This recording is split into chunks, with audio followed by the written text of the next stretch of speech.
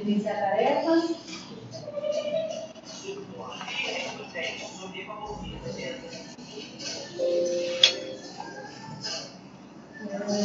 Tá.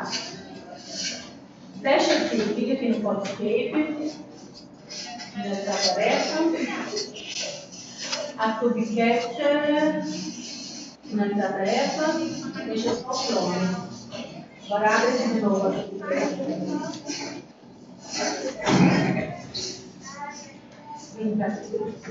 Pode ser. Aí aqui, você vai querer usar a sua pastinha? Não? Você quer só baixar dentro da sua pasta? Clica aqui nos 3 pontinhos.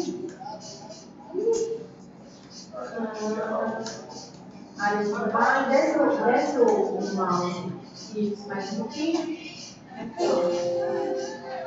Não mexe aqui, não. Desce mais. Professora, tem aqui a gente Tia, ok? Tia, lembra que eu falei pra você?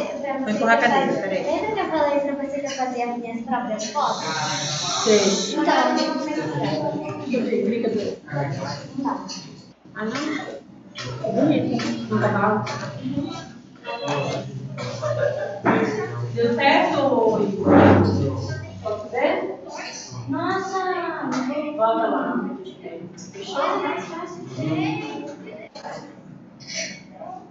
Quer clicar de novo? Professora, como é que eu posso tirar? Gente, Chiu, meu vídeo é de eu vi.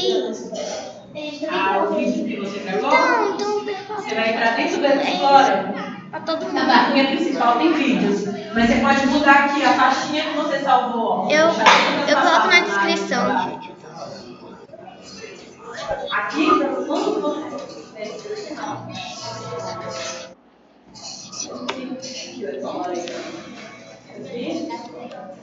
Aqui, para vídeo. Eu vim apresentar para você poderá aprender com pessoas atualmente. Escolha uma dos seus níveis. A versão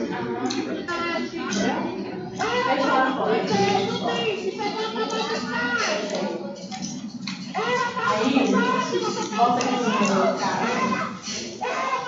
Aqui, ó. Bonito quando é em casa. Falando que o meu E cachorro aqui, você muda a estava pastinha para correndo. pastinha de lugar, a pastinha funcional na área de trabalho. Nesse tempo o cachorro tem. Legal.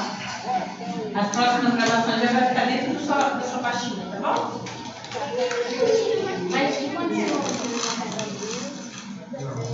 Pessoal, vai ser isso o vídeo, tá? Tchau. Ai, não deu, calma, gente, espera.